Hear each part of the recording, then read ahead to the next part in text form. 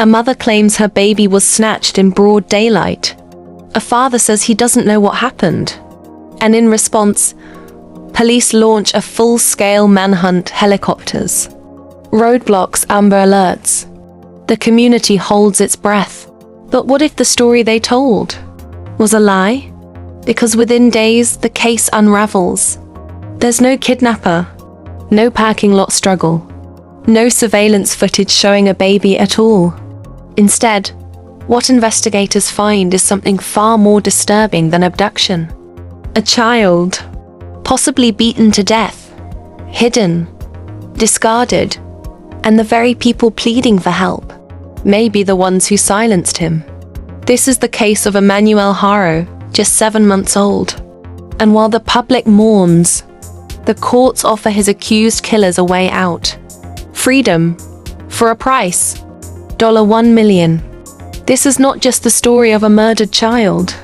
It's a story about the value our justice system places on an innocent life. This is $1 million for murder. How the courts price baby Emmanuel's life. If you believe justice should never be sold to the highest bidder, hit subscribe now. Because if we stay silent, this won't be the last time.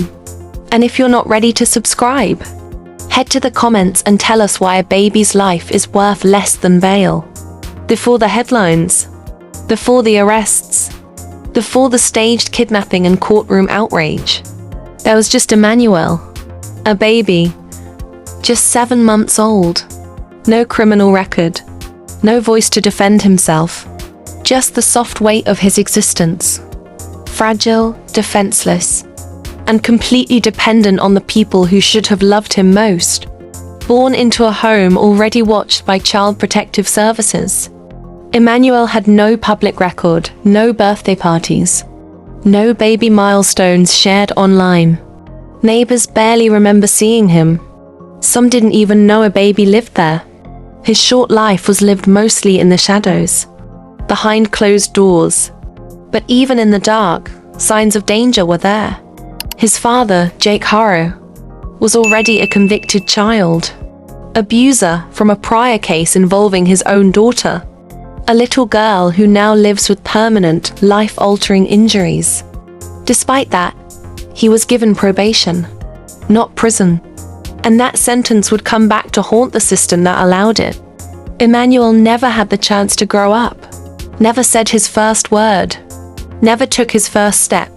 But what he left behind was a trail of silence that screamed louder than words.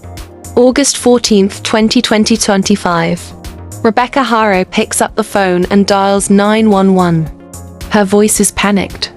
She claims she was attacked, blindsided in a grocery store parking lot in Ukaipa. She says a man pulled open her car door, fought her, and kidnapped her baby boy. 7-month-old Emmanuel. Gone. The story spreads fast. Local stations break into their regular programming. Amber alerts flash across California highways. Strangers, desperate to help, begin scouring nearby neighborhoods. But within hours, the story begins to fall apart. Investigators pull security footage from the grocery store lot. Every angle is reviewed, and there's no sign of a struggle. No man, no break-in, no Emmanuel. In fact, there's no indication the baby was ever there at all. When police question Rebecca again, the details begin to shift. She can't clearly explain the timeline, can't remember which direction the attacker ran. And then there's Jake Haro, Emmanuel's father.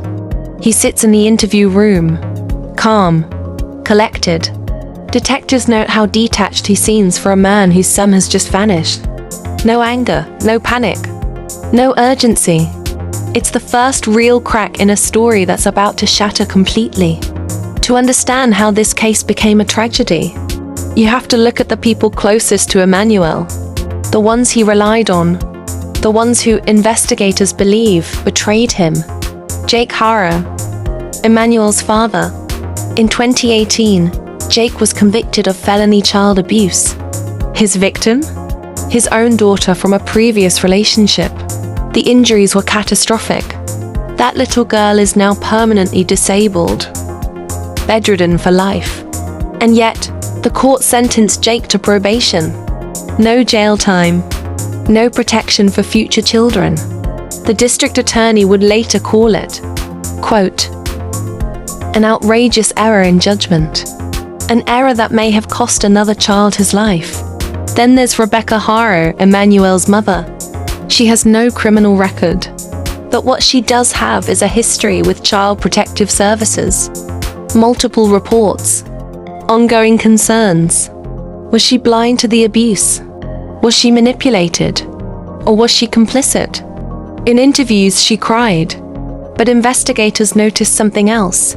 Her answers felt rehearsed. Her grief, performative. And the deeper detectives dug, the more it looked like this wasn't just a tragedy. It was a cover-up. As the investigation deepened, the timeline took a chilling turn. Emmanuel Haro was last seen alive, not on the day of the supposed kidnapping, but 9 days earlier, August 5th. Neighbors whispered of silence. No cries, no baby laughter, no sign of Emmanuel anywhere. Police now believed the truth was far darker than anyone dared imagine. Emmanuel was likely already dead when Rebecca made the frantic 911 call. Evidence pointed to something far more sinister. Chronic, ongoing abuse. A slow, merciless torment hidden behind closed doors. And then came the twist that shocked even seasoned detectives. A leaked police report revealed a horrifying confession. Jake Haro, Emmanuel's father, allegedly admitted to suffocating his own son. The reason? He claimed it was an accident.